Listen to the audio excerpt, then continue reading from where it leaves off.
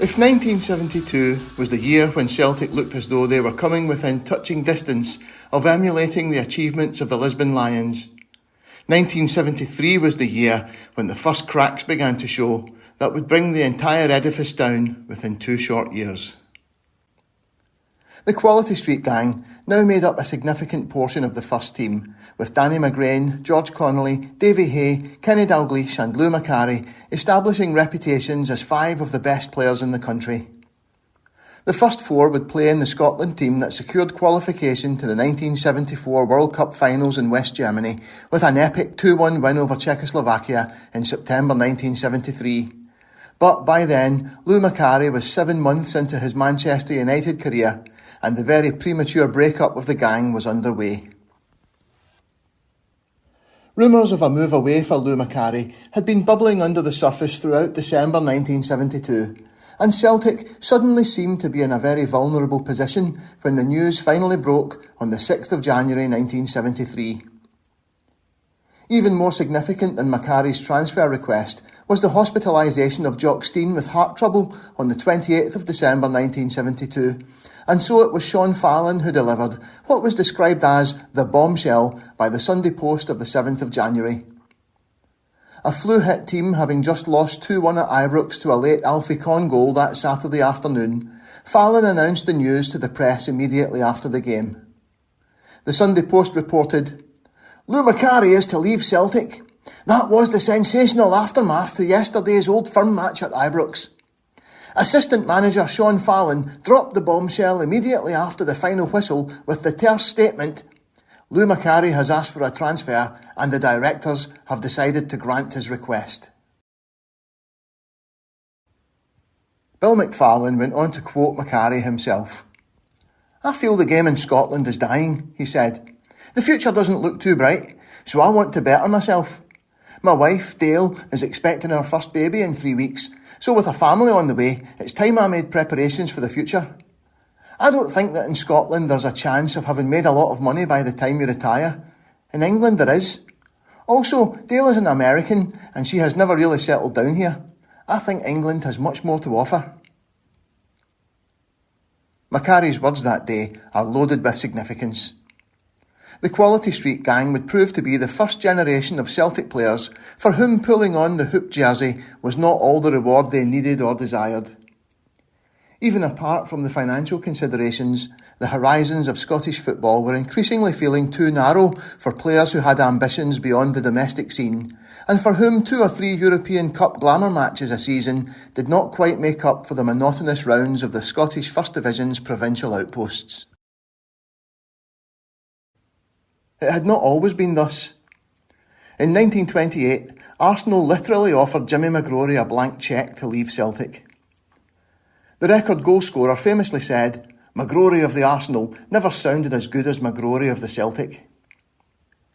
John Kearney, in his biography of McGrory, Heroes Are Forever, described the scene at Euston Station when McGrory and Willie Maley were on their way home from a pilgrimage to Lourdes in the summer of 1928, which had been little more than an elaborate ruse on Celtic's part to get McGrory in London to meet with Arsenal officials. McGrory had already turned down Arsenal on the way to Lourdes, but their manager Herbert Chapman was waiting for them when the boat train pulled back into Euston on their return journey. Maley left McGrory alone with the Arsenal manager and returned later, expecting this time a deal would have been done. McGrory had turned it down flat. Kearney writes, "McGrory remained quite impassive and explained in his soft-spoken voice that while he was flattered by the offer, he was not for sale. Chapman couldn't believe it, but the player was adamant. Realising he was beaten, Chapman put away his chequebook and, rising, held out his hand to McGrory. 'Well, I must say I admire your attitude. I just wish I had players as loyal to their clubs as you are to Celtic.'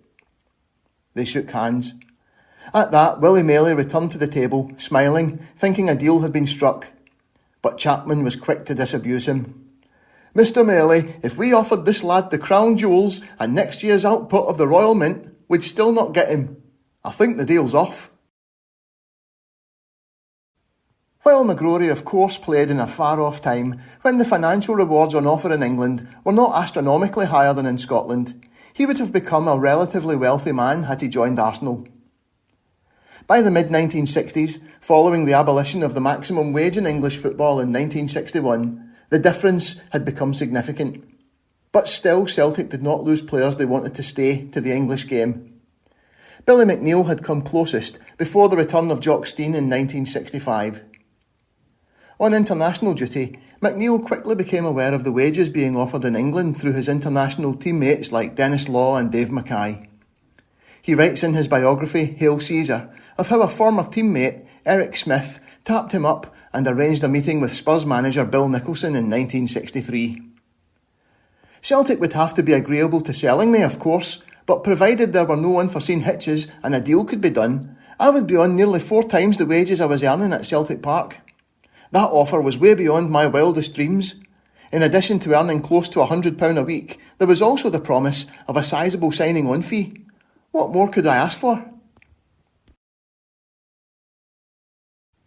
McNeill at this point was earning £28 a week at Celtic, although this figure would rise with appearance and win bonuses, but these were not so common in 1963 as they would become a few years later. He notes himself that this was still considerably more than the average working man was earning and allowed him to buy a house for the then considerable sum of £3,000.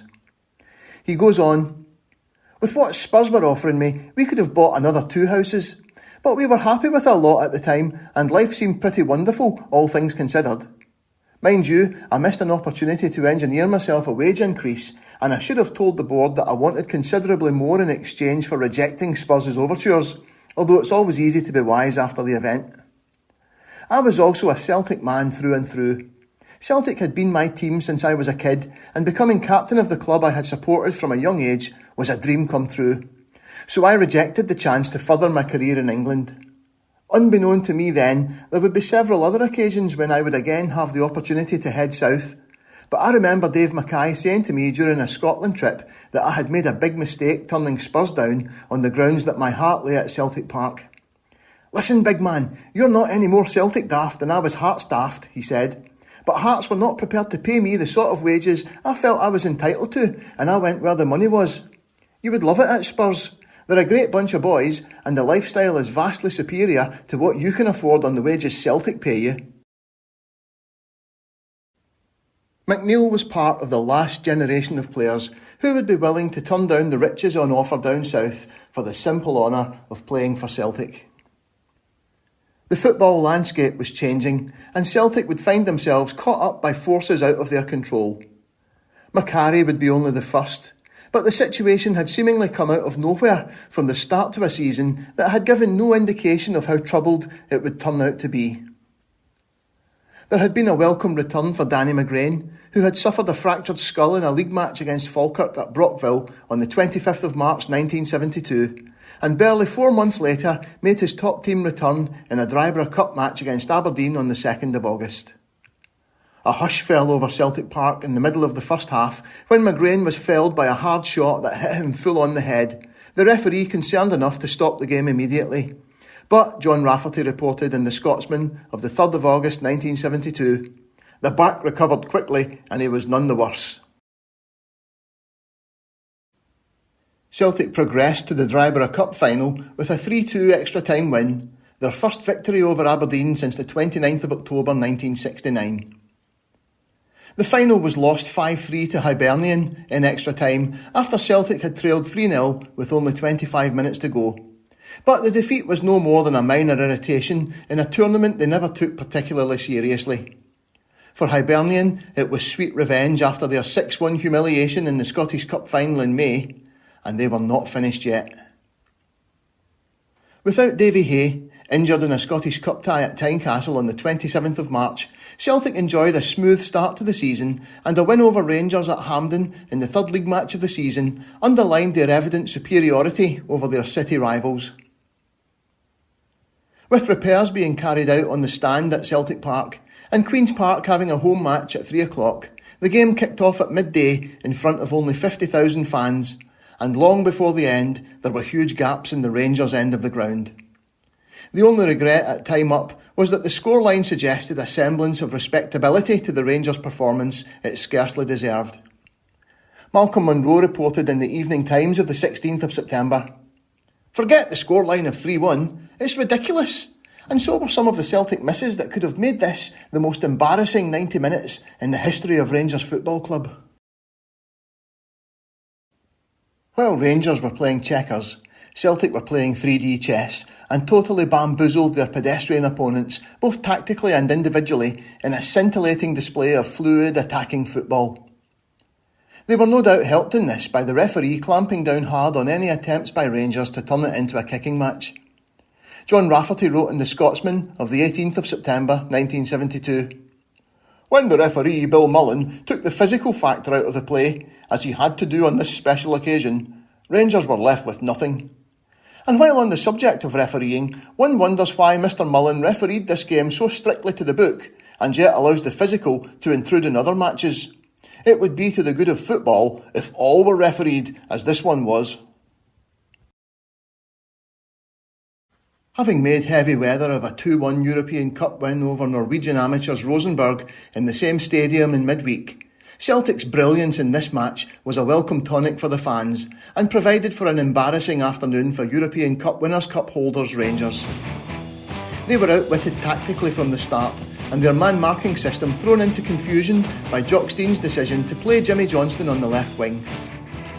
After just 3 minutes, the majestic George Connolly flighted a perfectly judged ball from the right to Johnston, unmarked on the left-hand side of the box, and the smallest man on the pitch was able to head it across goal for Kenny Dalglish to divert it into the net. 15 minutes later, the game was effectively over as a contest, when Celtic again took advantage of the disarray in the Rangers' defence. John Rafferty reported in The Scotsman, "There was a devastating confusion in defence due to Celtic taking advantage of Rangers' man-to-man marking. Rangers seemed to read the Celtic selection as having no left winger, and Matheson marked Johnston, Jardine took Macari and Jackson Deans, but then Johnston went over to the left and took Matheson with him. The result was that when Dalglish went up the right to make the second goal, the right back, Jardine, tackled him, and when he was beaten, there was no covering player. Dalglish could look and wait for a man to be clear for the pass and the goal. In the past, a threatening player did not have such space and time in a Rangers defensive area." As Jimmy Johnston latched onto Dalglish's pass, he fluffed his shot and then collided with the advancing Peter McCloy. But the grounded Jinky stabbed out a foot and prodded the ball into the unguarded net at the second attempt. The match then turned into an exhibition from Celtic, and the Sunday Mail reported on the 17th of September 1972, "Rangers showed as much composure as a bunch of kids scrambling for coppers at a church wedding. Celtic couldn't believe their luck. They just strode in with style, had 2 goals in the bag in 17 minutes, and spent the rest of the match proving what a clever young side they can be when they are under no pressure whatsoever. Keeper Evan Williams must have thought it was Christmas. He could have closed shop. The business he got barely kept him interested." Rangers' day was summed up by the third goal 7 minutes into the second half. Lou Macari caught Dave Smith in possession but overran the ball as he burst forward, allowing Sandy Jardine to take possession. He tried to find Peter McCloy with a pass back but was woefully short, and the alert Macari darted forward, reaching the ball before the keeper to flash it into the net. Celtic's only regret from the match was their failure to add more goals, primarily down to poor finishing. John Downey wrote in The Times of the 18th of September 1972, "From then on, Celtic's failures to take some of the many chances they created were almost hilarious, although Jardine and Matheson deserve serious credit for rescues on the goal line." The match was won with almost contemptuous ease, and George Connolly was eager to show off Celtic's superiority. He was described by John Rafferty in The Scotsman as a showman of a player, a juggler with the ball, but effective with it too. His forward passing was devastating, his dashing forward in support of attack inspired. Connolly in this match was literally a juggler, taunting a demoralised Rangers with a keepy-uppy display on the edge of his own penalty area as they stood off him, none willing to try to take it off him. He remembers in his autobiography, Celtic's Lost Legend, written with Brian Cooney, "It wasn't a replica of what I did when we played Dynamo Kiev, nothing really fancy and no flipping the ball onto my head. Only my feet and thighs were involved, and I probably only did it about half a dozen times before passing it back to the goalkeeper. I think I did it in response to Willie Johnston, who once sat on the ball when Rangers were winning. It was just my way of giving him a taste of his own medicine, but it took a bit of bottle. You would never see it nowadays, as anyone trying something like that would find his manager waiting for him with a shovel when he came off the park. But I never got into trouble over it. Stein never mentioned it, and the Rangers players never said anything either. How could they? They would have remembered what Johnston did, and everyone knew that, if you gave it, you also had to take it.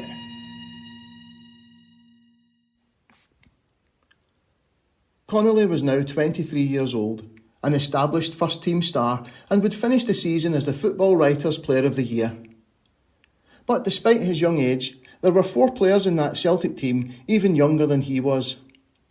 Danny McGrain, Pat McCluskey, Kenny Dalglish and Lou Macari all strolled through this match, and it was won without the injured Davy Hay, who was just a year older than Connolly. Bidding for a then record 8th league championship in a row, with such incredible young talents all over the park, there seemed no reason Celtic could not extend that run into the foreseeable future. Such was their superiority that day that John Gregg's late consolation for Rangers was ironically cheered by the Celtic fans. John Downey's Times report on the 18th of September 1972 was headed, "The Day Celtic Cheered a Rangers Goal." The Sunday Mail reported, "The final humiliation for Rangers, perhaps, was the goal scored by John Gregg in the closing seconds of the game. He was actually wildly applauded by the Celtic fans. Most of the Rangers fans had already left." The only real blot on Celtic's copybook in the first half of season 1972-73 was the European Cup campaign. Following the uninspired 2-1 win over Rosenborg at Hampden, they conceded the first goal in the return match in Trondheim, and even 3 second-half goals to take the tie 5-2 on aggregate did not spare their blushes. The second round saw a reunion with old friends Uspest Doza, who this time avenged their quarter-final elimination by Celtic the previous season. Celtic won the first leg 2-1, but succumbed to a 3-0 defeat to the impressive Hungarians in Budapest, losing all 3 goals in the first 22 minutes to end their European Cup interest for the season by the second week of November. An unsuspecting Celtic were entering their first crisis of the 1970s, and while they stretched their lead in the league to 4 points in the weeks after losing in Budapest, the League Cup final was then lost for the 3rd year in a row, this time to Hibernian, who were in second place in the league and had advanced to the quarter-finals of the European Cup Winners' Cup, having disposed of Sporting Lisbon in spectacular style in the first round. Celtic were without Bobby Murdoch and Dixie Deans for the final, and Tom Callaghan was only fit enough to make the bench. But Hibernian played brilliantly on the day and were well worth their win. For the 3rd year in a row, Celtic failed to turn up in the final of the competition. After a first-half stalemate, the deadlock was broken by goals from Pat Stanton and Jim O'Rourke in the 60th and 66th minutes to put the Easter Road men into a 2-goal lead. A superb Kenny Dalglish counter on 77 minutes set up a grandstand finish, but Hibernian held on, and for the first time that decade, Celtic's long-term dominance of Scottish football was being called into question.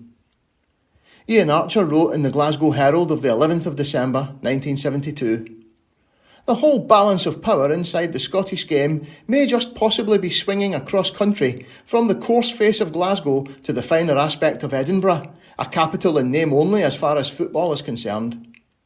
In my preview of the final, I said that Hibs were worthy contenders, not yet ready to assume the mantle of champions.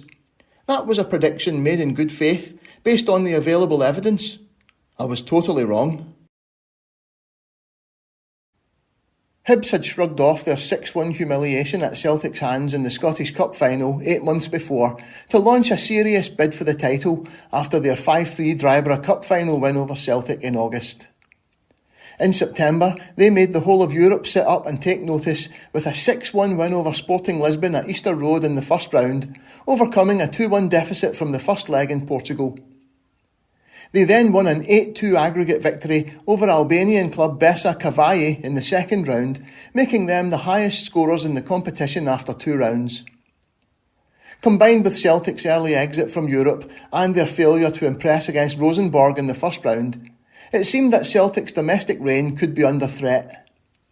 Archer went on, "They still have a lot more to prove before they overtake Celtic in achievement or estimation, but no one can now be certain that they will not accomplish this end. A victory like this is heavy wine indeed. We may just be on the edge of a new era, and the capabilities of this team make that an exciting prospect." A 2-1 win over Arbroath the following week ensured Celtic were still 4 points ahead in the title race when Hibernian came to Celtic Park for what turned out to be their final league match of the year on the 23rd of December 1972. It proved a top-of-the-table clash to have the pundits drooling. Alan Heron reported breathlessly in the Sunday Mail of the 24th of December 1972. "Any more like this and they'll be running up special trains from England.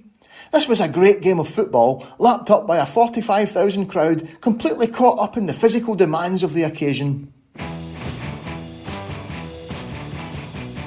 Wearing an all-yellow kit, which Jock Stein explained was due to requests from some of his players because, in the usual colours, there's too much green on the park, Celtic could and should have won a rip-roaring match against a Hibs team at the top of their form. An early strike from Harry Hood was ruled out for offside, although at least one reporter thought it was the wrong decision. Malcolm Munro writing in the Evening Times of the 23rd of December. "In 9 minutes, Celtic scored what appeared to me to be a good goal. Johnston took a free kick, which was headed against the crossbar by Hood, with Herriot well beaten. Hood met the rebound and crunched the ball into the net, but the stand-side linesman waved offside to the great disappointment of the Celtic fans." Hibernian came into the game strongly after Jimmy Johnston was forced off injured, and they took the lead through Alan Gordon on 37 minutes. But Celtic continued to create chances, and Herriot made several outstanding saves. Celtic's luck looked to be out when Harry Hood crashed a shot off the base of the post, and it took until the 77th minute for Celtic to equalise, at the same time and through the same player as they had scored in the League Cup final defeat. Alan Heron reported in the Sunday Mail, "A brilliant through pass from the educated feet of George Connolly tore apart the advancing Hibs defence and found Davy Hay on the run on the right. Smartly, he beat Shadler's challenge, flicked the ball across goal, and there was Dalglish to head flick the ball into the net. You'd have thought Celtic had won the World Cup. Every fan in the ground stood up with their hands in the air to greet what could be the most vital goal scored at Parkhead this season, the goal which kept Celtic 4 points in front of Hibs in the run-in for the championship." There was still time for Bobby Lennox to hit woodwork again before the final whistle, but both sides left the pitch satisfied with their afternoon's work. As the new year approached, there was as yet no inkling of how devastating January would be, but a combination of factors over the next 2 weeks threatened to derail Celtic's season and had catastrophic long-term results.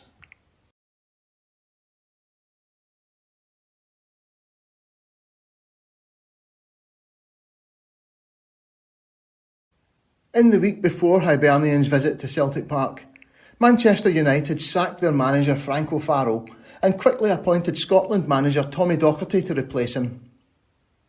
Immediately, there were calls for Jock Stein to take over the Scotland job, most notably from Ian Archer, who wrote in the Glasgow Herald of the 25th of December 1972.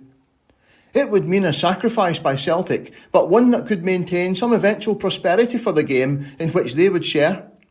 Scottish football would long remember them with affection if they were prepared to offer Stein's services at a time when they were needed most." Calls for Stein to become Scotland manager were almost an annual staple in the press, but the departure from the post of Docherty would have an immediate impact on Celtic's playing squad rather than in the manager's office.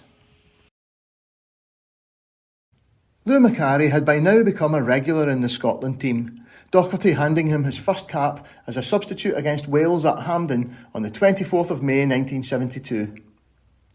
He played in the 1-0 defeat to England 3 days later and really began to make his mark on the international stage the following month when Scotland took part in the Brazil Independence Cup, a 20-team tournament to celebrate the 150th anniversary of Brazilian independence, dubbed the Mini World Cup. Drawn in a group with Brazil, Yugoslavia and Czechoslovakia, Scotland kicked off on the 29th of June against Yugoslavia in Belo Horizonte. Macari was the only Celtic player involved and twice gave Scotland the lead before Willie Morgan missed a penalty at 2-1 and the Yugoslavs equalised again with an own goal from Martin Buchan. Another draw against Czechoslovakia, followed by a 1-0 defeat to Brazil, sent Scotland home early as usual, but Macari scored again for Scotland in a 4-1 World Cup qualifying win over Denmark in Copenhagen on the 18th of October 1972 to take his tally to 3 goals in 6 international matches. As Macari's star rose, his contentment at life with Celtic fell. The seeds of his discontent lay in the aftermath of the European Cup semi-final defeat to Inter Milan in April 1972. He writes in his autobiography, Football My Life, of the player's disappointment on receiving the news that there would be no bonus payments for the match. Being told by Jock that there would be no bonus was an extra kick in the teeth for all of us. That's what he was like. We were expecting as much as £1,000 a man for a win. The place was packed. We gave it everything. We were unlucky to go out on penalties.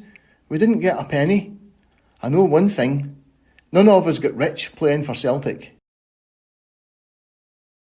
Macari writes that the top earners at Celtic, Billy McNeill and Jimmy Johnston, were paid around £90 a week, while the rest were on around £50. According to Hansard, the official record of the House of Commons, in questions to the Secretary of State for Wales on the 13th of March that year, the average working man earned around £32 a week in 1972. The money earned by Celtic players would usually be significantly more than £50, with a £5 appearance bonus supplemented by a win bonus of anywhere between £50 to £100, depending, as Macari puts it, on how Jock saw the game. On a good week then, Celtic players could earn almost 5 times as much as the average worker. But if for whatever reason they were not picked to play on any given week, they were on a basic £50. A player who picked up a long-term injury would miss out on substantial amounts in bonuses. Macari continues in Football My Life. The lack of bonus or appearance money after the Inter Milan game was the moment when one or two of the players started to get a bit disgruntled with the old regime. I'd been around the international scene a bit by this stage, and when you're away, you speak to other players. I was hearing stories of up to £200 a week in the south.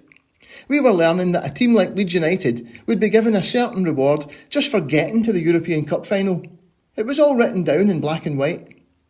Billy Caesar McNeill was the player's representative when it came to dealing with the manager. We'd often send him in to try to get a bonus improved from £20 to £30, stuff like that. More often than not, he'd come out shaking his head. No chance. Players north of the border were beginning to feel a bit like second-class citizens. Tommy Docherty had brought Macari into the Scotland fold and was a huge admirer of the player. Now he had access to a huge chequebook, and Celtic's young superstar was at the top of his list to bring goals to Old Trafford. Macari was increasingly unsettled, and rumours were emerging that he was becoming a negative influence in the dressing room. Archie Macpherson writes in Jock, Stein, the definitive biography, "The little Celtic player was on fire on the field, and his ambitions matched that. Macari principally wanted United, and his fellow players were fully aware of that. It was becoming so blatant. The player also absented himself from training as he became embroiled in a dispute about money, and his transfer request around the turn of the year was being looked upon by Stein with growing anger." Before the situation with Macari came to a head, Celtic were hit by the flu bug which was sweeping Britain over the festive period. 7 English League matches were postponed that weekend, and the Scottish League agreed to postpone Celtic's games against Kilmarnock on the 30th of December and Morton on the 1st of January. Ian Archer reported in the Glasgow Herald on the 30th of December, "The flu epidemic spread to Scotland last night, and Celtic's game against Kilmarnock at Rugby Park was postponed because 6 Celtic men are down with the bug. Nevertheless, Celtic end the year as they started, for no matter what happens elsewhere today, they will still be looking down on a list of contenders who over the past 7 years have seemed powerless to break a sequence rivalling, in terms of durability, the Miss Agatha Christie play that seems to have been running in the West End since the day of creation. The players hit by flu are Billy McNeill, Harry Hood, Tommy Callahan, George Connolly, David Hay and Jim Brogan. But even more seriously, as Jock Stein was grappling with the problems caused by Macari's unrest and the flu bug, the first sign of long-term health problems for the manager reared its head. Archie Macpherson writes in Jock Stein, the definitive biography, "In the final week of December 1972, Stein, on leaving Celtic Park one day, felt a cough coming on and a sudden breathlessness that obviously scared him, for he immediately stopped his car in the road to try to recover. He reported this immediately to the club doctor and was taken to the Victoria Infirmary in Glasgow, where he lay for 12 days in the intensive care unit. Rumours began to sweep the city that he had had a heart attack. He had not. He had suffered the first symptoms of a heart condition that stemmed from an irregularity of the beat and which could ultimately cause major problems with water gathering in the lungs.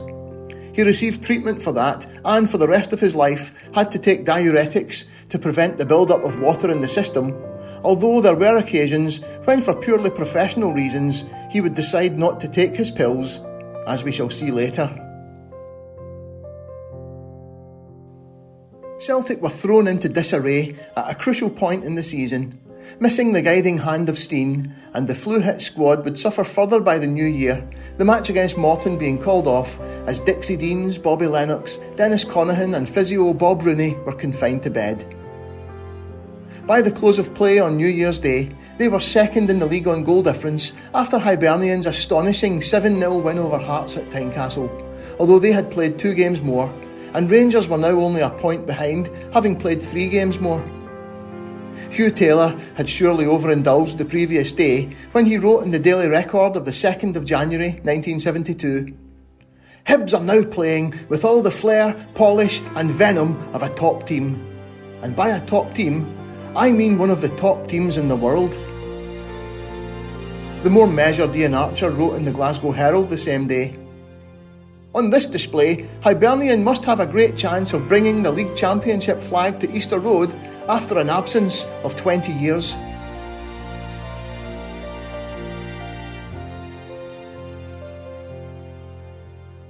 It was the worst possible preparation for the visit to Ibrox on the 6th of January, where Sean Fallon was in charge of a squad decimated by flu and without their manager for their first match in 2 weeks.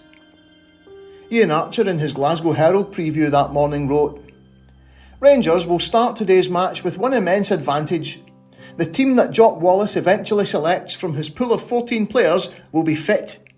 Celtic will be recovering from the debilitating after effects of flu. This may be the decisive factor, for anyone who has suffered in this recent epidemic knows that its effects are severe. We are required only to grope towards an office desk and not to exert ourselves on cold afternoons in the open air." Inevitably, Rangers stopped Celtic's run of 6 consecutive wins in the fixture as a flu-hit team ran out of steam in the second half. Rangers had taken the lead after Pat McCluskey was adjudged to have fouled Alex MacDonald in the box, and after Evan Williams saved the penalty, taker Derek Parlane followed up to fire home the rebound. Celtic's best spell came in the 15 minutes either side of half-time, and Dixie Deans scored his only Celtic goal against Rangers on 57 minutes, his shot deflecting off Dave Smith on its way into the net, resulting in him unfairly often being said never to have scored against him in a green and white shirt. As Celtic tired, Rangers pressed for a winner and got it in the final minute, Alfie Conn heading in a high looping cross at the back post. The newspapers suitably gushed over Rangers' win, and Celtic had gone from 4 points ahead at the top when they last played to third place, 2 points behind Hibernian and 1 behind Rangers. Hibs had played 2 matches more than Celtic, while Rangers had played 3 more, but that was cold comfort to a club thrown into sudden turmoil by the worrying illness of the manager and the transfer request handed in by their star forward. The only thing to be decided now was Macari's destination, and Manchester United were immediately installed as favourites. The player's already existing close relationship with the free-spending Tommy Docherty, together with the fact the new United manager was a near neighbour of Macari's in Largs, making that rather obvious. There were other factors in United's favour too. Alex Cameron quoted Macari in the Daily Record of the 8th of January 1972. "I have no particular club in mind. Because I live 50 yards from Tommy Docherty at Largs, some people have added up 2 and 2 and made 6. They are wrong. I want to move to England because there are more opportunities. I intend to end my football career with money in the bank. My only stipulation about a new club is that there must be Scots on their staff. I don't think I could settle down if I didn't have some Scots voices around me. My final decision will be based on the place and local conditions rather than the terms." If Macari's words were intended to dampen down the speculation that he was going to Old Trafford, they were very ill chosen.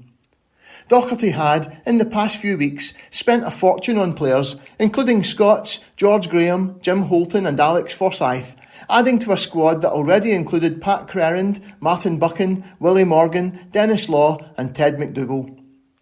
The only other English team with a comparable Scots colony was Leeds United. Jock Stein had accepted the inevitable, but he was also determined Macari and Docherty would not have it all their own way. In the summer of 1972, Liverpool had inquired about Macari, and having been politely turned down, Stein promised his close friend Bill Shankly that he could have first refusal should Macari ever become available. He intended to keep that promise and tried to railroad the player into a move to Anfield. Macari writes in Football My Life, "One night in January 1973, when I was sitting at home, the phone rang. It was late, after 11 p.m. It was Jock. He told me that a car would pick me up in the morning and take me to England.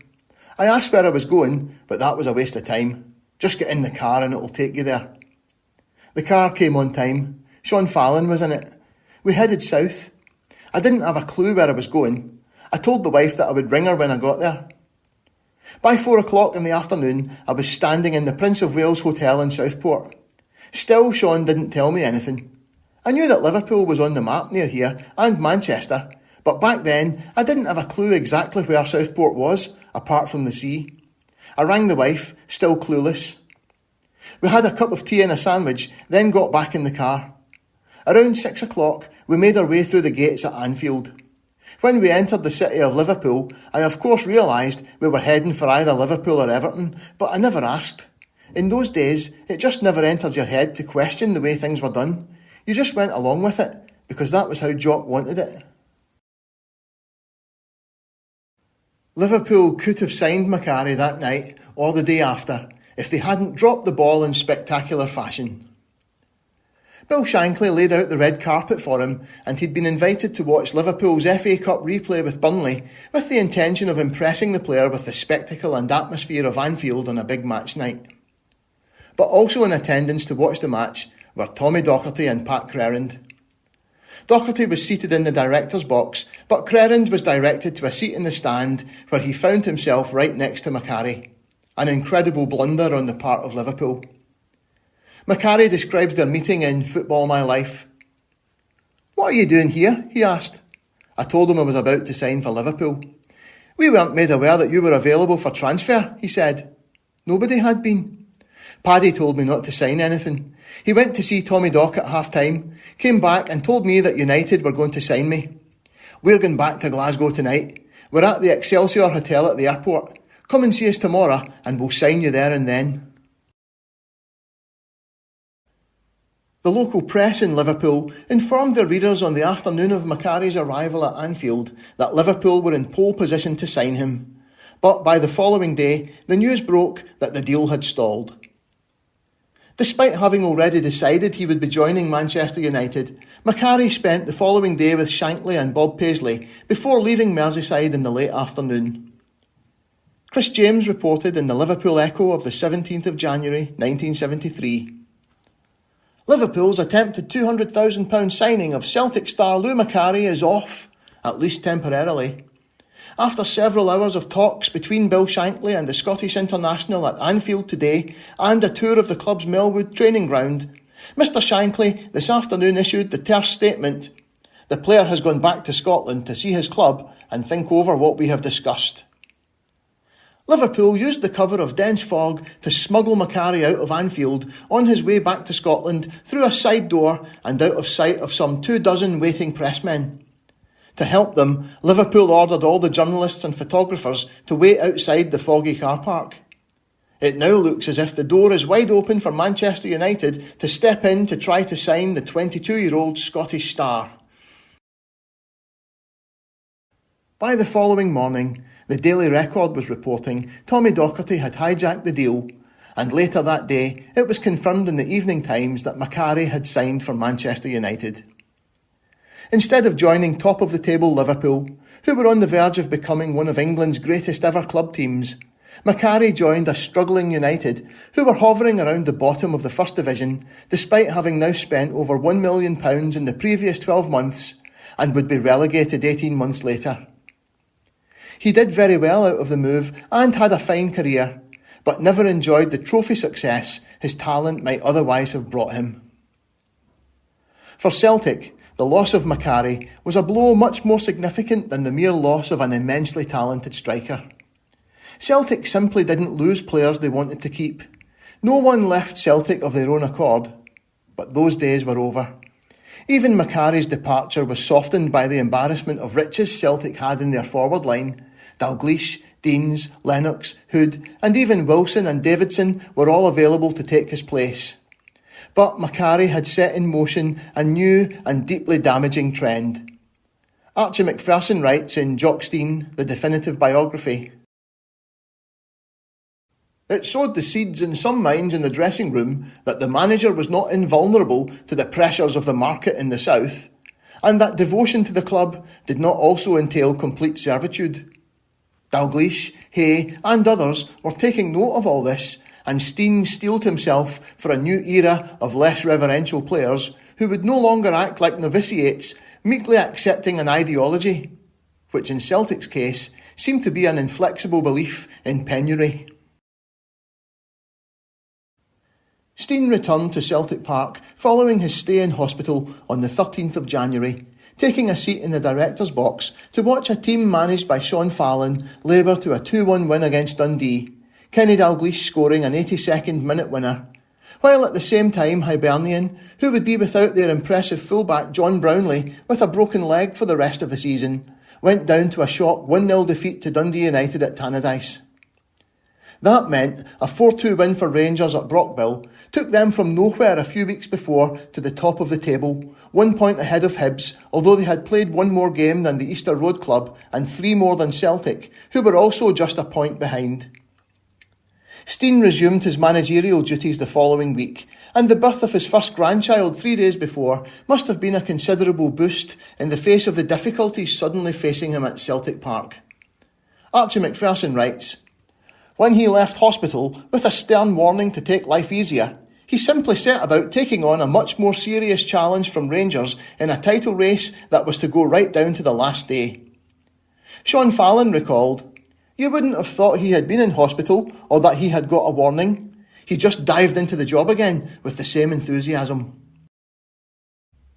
While he was back at his desk, Stein had not yet resumed full duties, and it would be some time before he returned to the training ground. In the meantime, Sean Fallon was still in the caretaker role.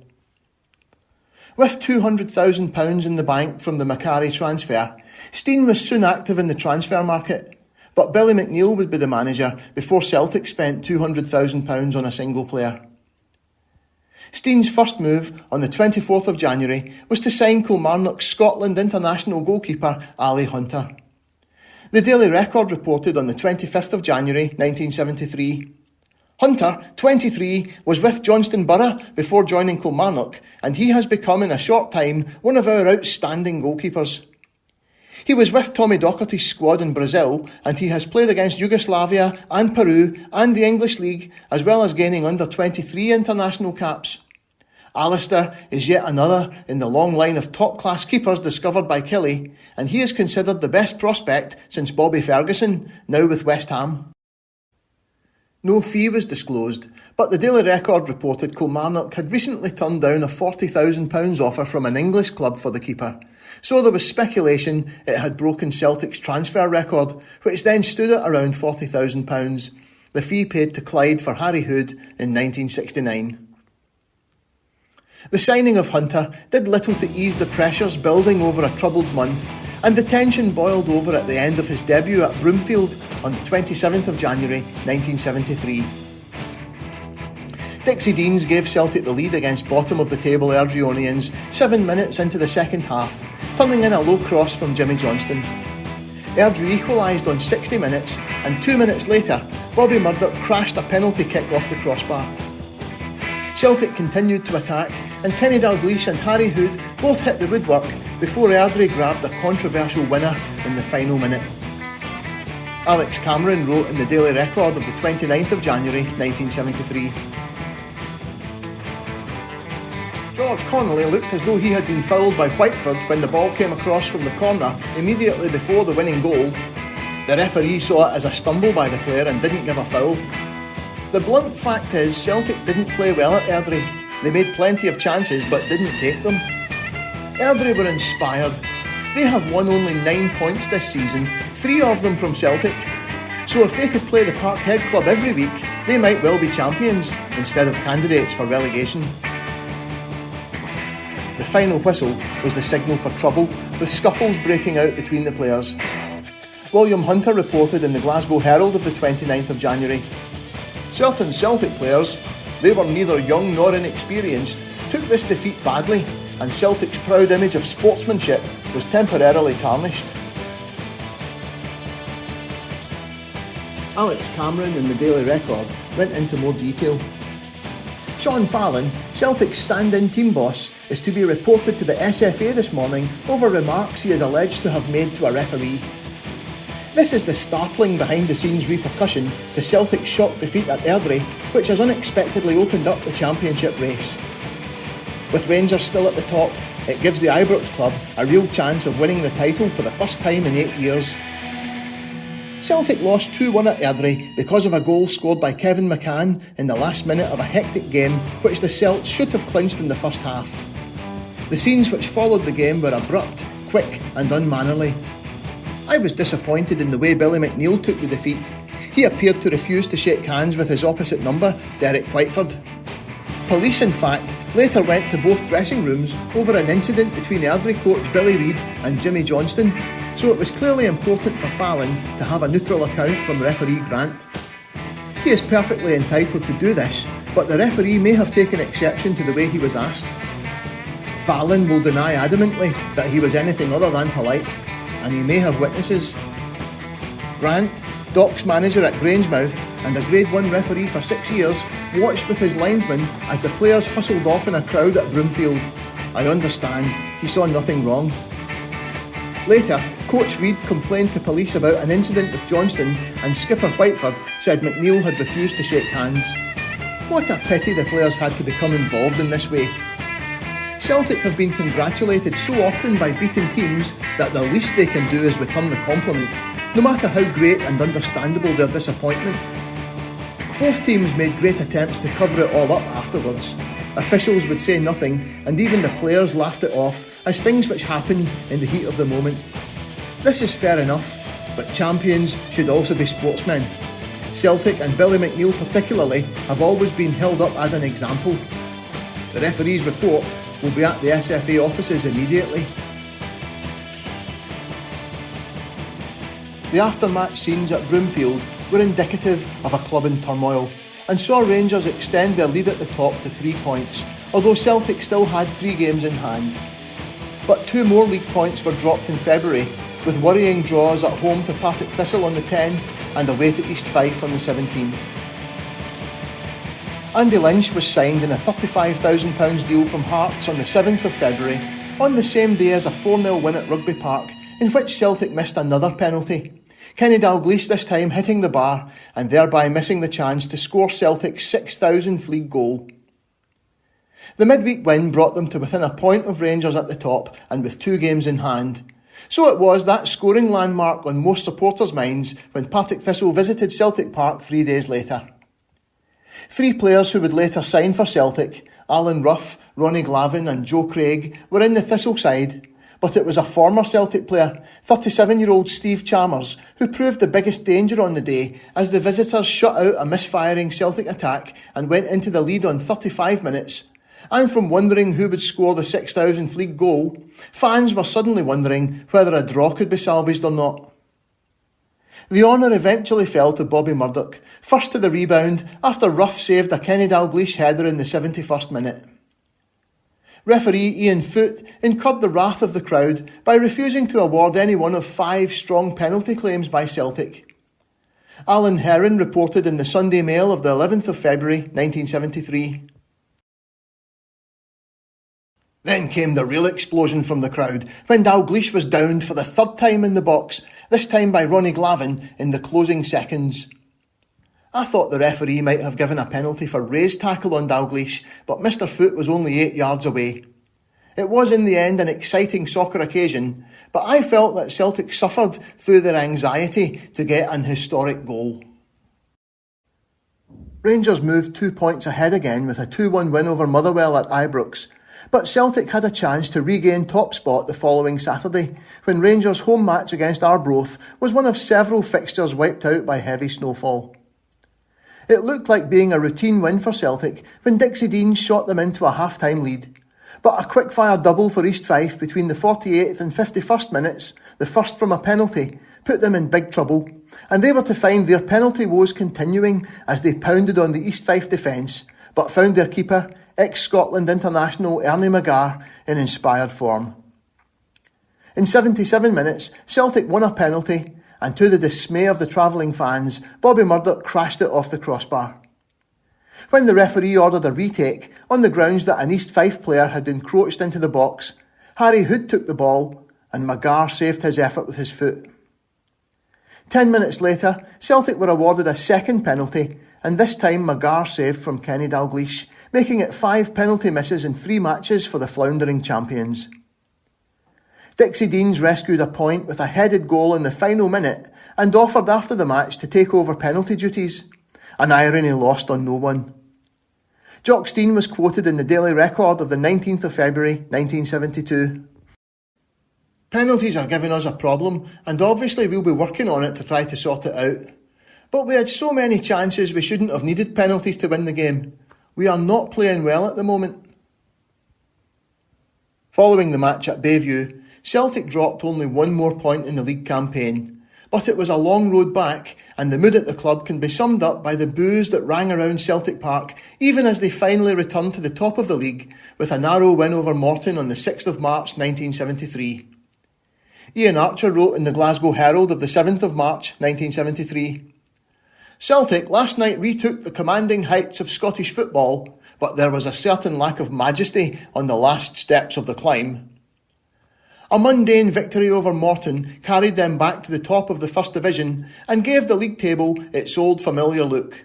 But the sense of triumph was missing. As the Celtic players, tired and frustrated, left the field, the ominous sounds of displeasure floated down from the Parkhead terraces.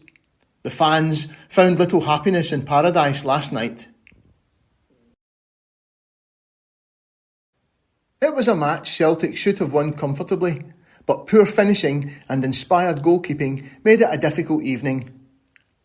Morton's Roy Baines would sign for Celtic in 1976, and Archer reported, Baines joined that long list of goalkeepers who reserved their best form for a match against Celtic. Hugh Taylor in the Daily Record wrote, Although Roy Baines, a scarlet cat, was magnificent in the Morton goal, and former Celt John Clark gave an immaculate exhibition of sweeping, Celtic should never have had the fans suffering as they did. Jimmy Johnston was dropped for the match, Ian Archer writing in the Glasgow Herald that his form in recent weeks has been, to put it politely, rather erratic.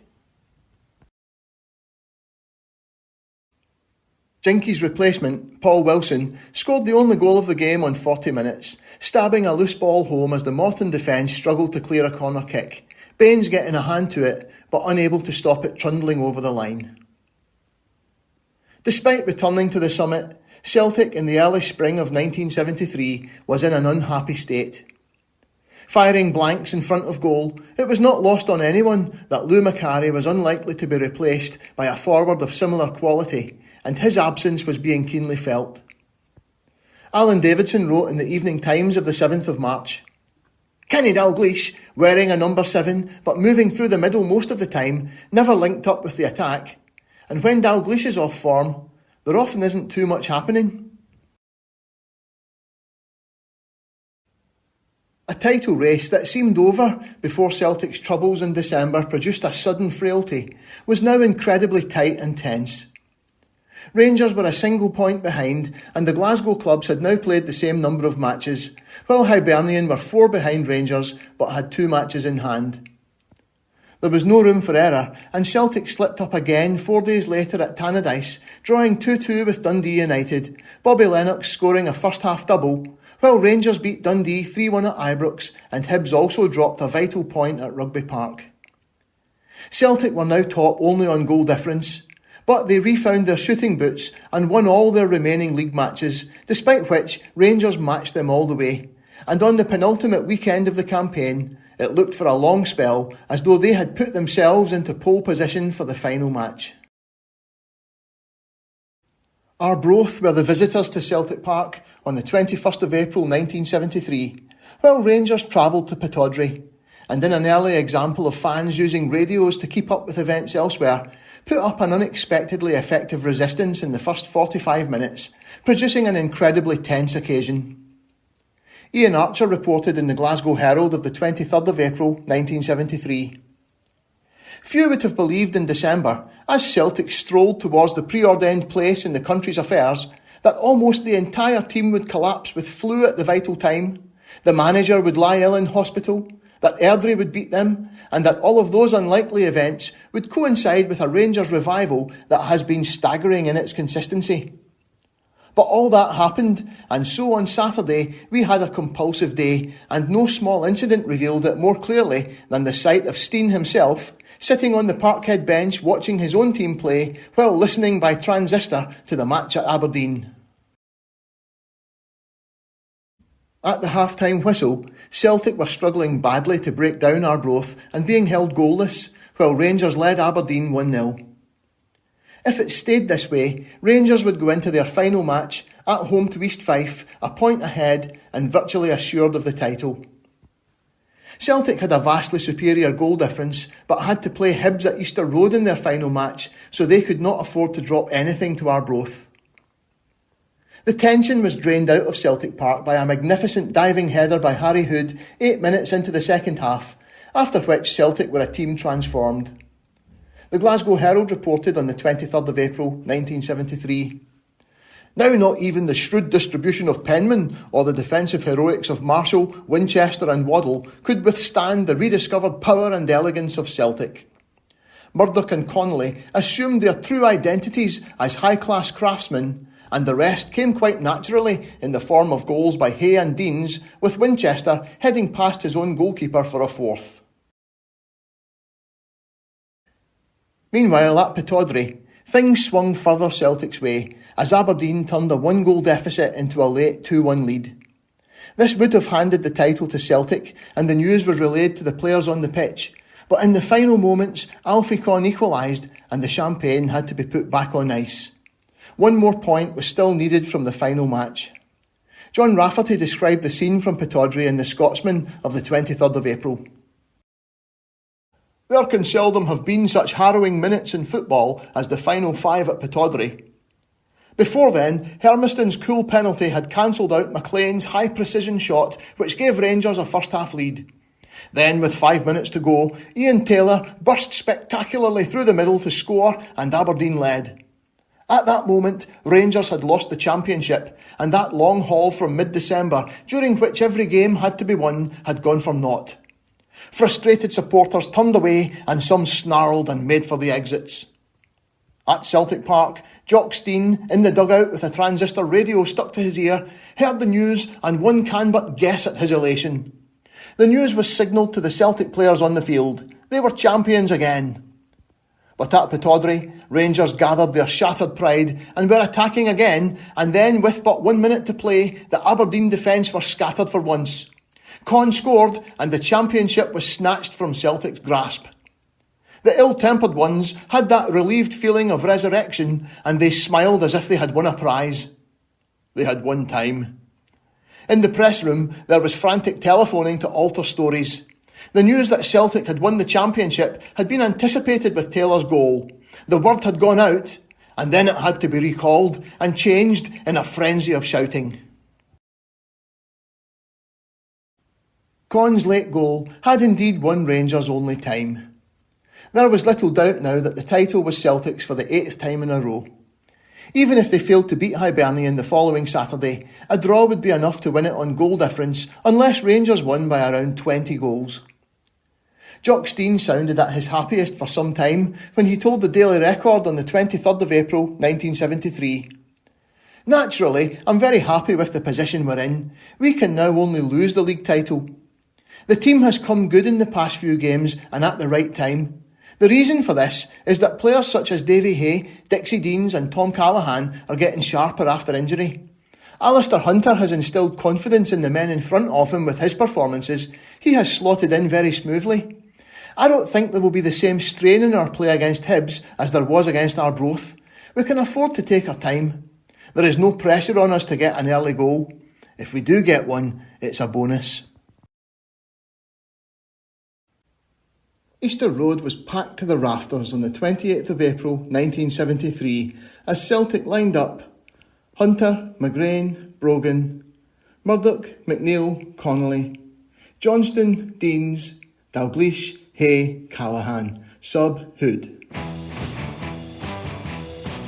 An unseasonal snowstorm greeted the Celtic supporters on their arrival in Edinburgh at lunchtime, but there was no sign of any wintry weather by kick-off, and both teams came close to scoring in a frantic opening period before Dixie Deans continued his one-man campaign of destruction against Hibs with the opener on 22 minutes. Shearer Borthwick reported in the Evening Times of the 28th of April, "It began with a free kick taken by Jimmy Johnston away out on the right, well outside the 18-yard line. Billy McNeil went for it and failed to connect, but Callaghan turned the ball back into goal.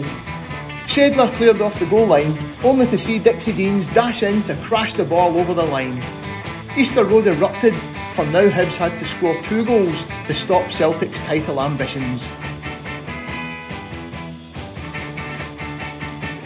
Just minutes later, Pat Stanton, who was having a great match, hit a low shot off the post from 20 yards, and both goalkeepers made excellent saves before the half-time whistle sounded, with Celtic 1 goal up. Hibs suffered a blow 15 minutes into the second half when Stanton had to go off injured. Shearer Borthwick wrote, "The departure of Stanton was a body blow to Hibs. They lost their authority in midfield, although Cropley had a chance to equalise when Connolly miskicked." Ian Archer reported in the Glasgow Herald of the 30th of April 1973 on a touch of sportsmanship from Billy McNeil when Stanton limped off, which stands in stark contrast to the claims of a lack of sportsmanship at the end of the Airdrie defeat. Pat Stanton, the Hibs captain, was injured and hobbled towards the touchline. The referee was tending another injured player. As Stanton sat down on the bench, Billy McNeil sprinted towards him and shouted, "Pat, tell the referee you're going off, otherwise you'll get booked." The Hibs man acknowledged the advice and took it. The rule is little known, but the Celtic captain had gone out of his way to save an opponent from trouble. It was a fine gesture from one professional to another. A Kenny Dalglish goal with 72 minutes gone sealed the title for Celtic, Dalglish taking advantage of a defensive mix-up as the defence tried to clear across to slam the loose ball into the net. Alan Heron reported in the Sunday Mail of the 29th of April 1973. "That was it as far as the Celtic fans were concerned. The championship was theirs. From then until the final whistle, they stood chanting, singing, roaring, whistling and hand-clapping. Easter Road suddenly became a blaze of green and white colouring. The third championship goal in 80 minutes was just another little piece of icing on the cake. A short corner from Callaghan on the right to Hay was whipped across goal, and there was Deans to hit the ball strongly into the net." An explosion of joy greeted the final whistle, reflecting not just another league championship, but a recognition that Celtic had come through their most difficult spell of the entire Stein era to clinch it. The struggles of January and February were now behind them after a return to form in the weeks after the win over Morton took them top, but they had not been forgotten by Jock Stein, speaking to Ian Archer for the Glasgow Herald of the 30th of April. "Class told in the end," he said, minutes after the game against Hibernian had ended. He embroidered upon the theme, standing outside the boardroom which will contain the league trophy for the next 12 months. Rangers had a bad start to the season, Hibs had a bad end, and we had our own poor spell in the middle. That bad spell, it must be added, came at precisely the same time as the manager was in hospital. But in the last 7 games, we scored 23 goals and conceded just 1. That was what counted. Why class is important. I think Rangers dropped 2 points in the last half of the season, and it's a measure of our performance that we could resist that sort of consistency. Players came good at the right time. Hay came back, McGrain had a great final 3 months, Callaghan and then Johnston returned to make all the difference, and everyone benefited from Alistair Hunter fitting into the side so quickly. He has some of Ronnie Simpson's attributes. It's not so much the fact that he is a good keeper that matters, more that the rest of the team believe him to be so good. So Celtic, Stein claims, will go into Europe with a composed and experienced side. Dalglish will be a year older, Connolly finished with his apprenticeship. Billy McNeill, the manager adds, will still be the captain of the side. It would appear that a period of transition is over and the team has stayed at the top. That George Connolly's apprenticeship was finished with was confirmed on the 1st of May 1973 when he picked up the Scottish Football Writers' Player of the Year award. Lou Macari may have gone, but several other members of the Quality Street gang were developing into players of distinction, and none more so than Connolly, for whom most commentators were running out of superlatives that season. Jock Stein had tried to sign Connolly for Dunfermline in the early 1960s, but was beaten to his signature by Sean Fallon, and the manager had nurtured this immense talent carefully from his return to Celtic in 1965. Archie Macpherson writes in Jock Stein, the definitive biography, of Stein's hopes for his protégé as the season unfolded. Indeed, every time you saw him in the months after his illness, there was optimism in his voice when he spoke about that rare talent in his side, George Connolly, who he was sure was about to embark on a distinguished career. For Stein to be talking of him as a potential Beckenbauer was enough evidence of the special regard he had for the young player. It was as if he wanted a specific and positive aspect to talk about to deflect interest from the media's concerns about his health. When in May, Connolly attended the Football Writers' Dinner to receive the Scottish Player of the Year award for 1973, the late Scottish actor Russell Hunter, who played Lonely in the Callan TV series and who was a speaker at the dinner, pointed to Stein's face as the award was handed to his young player. "A proud father with his son, that's what we're seeing here," he said. Stein beamed with pride, and all of us who were there carry a poignant memory of that occasion, because of the ultimately tragic and mysterious downfall of George Connolly. The Quality Street gang could and should have been the core of the Celtic team into the 1980s, and Stein's project would have been able to survive the loss of Lou Macari. It could not, though, survive the losses of Macari, Hay and Connolly. While the departure of Hay could have been prevented, once he was gone, it's doubtful if Stein could have done anything in the heartbreaking case of George Connolly. Even at this, the highest point of his career, although it should have been only the beginning, Connolly was already showing signs of the emotional fragility that would eventually lead to him walking away from football altogether at the age of just 26. The last drama of the season came the week after Easter Road in the Scottish Cup final against this resurgent Rangers side that by sheer force of will had dragged themselves back into the title race while Celtic's season threatened to come apart. It would be one of Connolly's least impressive matches of the season, although he still showed nerves of steel to score a second-half equaliser for Celtic from the penalty spot. But he was put off his game by a totally innocuous incident before it began, as he relates in Celtic's Lost Legend. It was the SFA Centenary Cup final, and Princess Alexandra was there to meet the teams. They gave us these special tops to be worn over our jerseys. After we were introduced to the princess, I couldn't wait for the action to begin, so I unzipped my top to reveal the beloved jersey. But the thing was that no one else had done this, and I felt very conspicuous. It completely unnerved me, and I felt as if everybody was looking at me. And so I went into that cup final thinking more about protocol than football. Apart from the penalty kick, I never kicked a ball in that game. I had no influence on it at all. It just passed me by, and I think I got caught out for 2 of the goals. I fully believe that if I hadn't done that stupid thing, I would have been okay and would have won. But that's the way it was. On a disappointing afternoon, the final was lost and Celtic had to be content with only the league championship for the season, their 8th in a row. After the euphoria of taking the title at Easter Road 7 days before, defeat saw nagging doubts set in that Celtic might now be in something of a decline. Both cup finals had been lost and they had exited the European Cup at the earliest stage since 1967. Hugh Taylor wrote in the Daily Record of the 7th of May 1973, "Hunger was the real spur in Saturday's dramatic Scottish Cup final, the hunger of Rangers for an honour. Just as I forecast, for once I was right, Rangers' determination and unquenchable spirit gave them the edge over Celtic. And the story of a fine match was that Celtic seemed satisfied with previous success, not at all worried, while Rangers fought with all the purpose and single-mindedness of a hungry Benny Lynch." Archie Macpherson writes in Jock, Stein, the definitive biography, "Stein was inconsolable. He anticipated that the press would make much of Rangers' triumph, in that they could interpret it as a turning of the tide in Ibrox's favour. He was right. Stein was right, but the press were wrong. The tide had not yet turned, and Celtic would storm back to form the following season, winning another League and Scottish Cup double.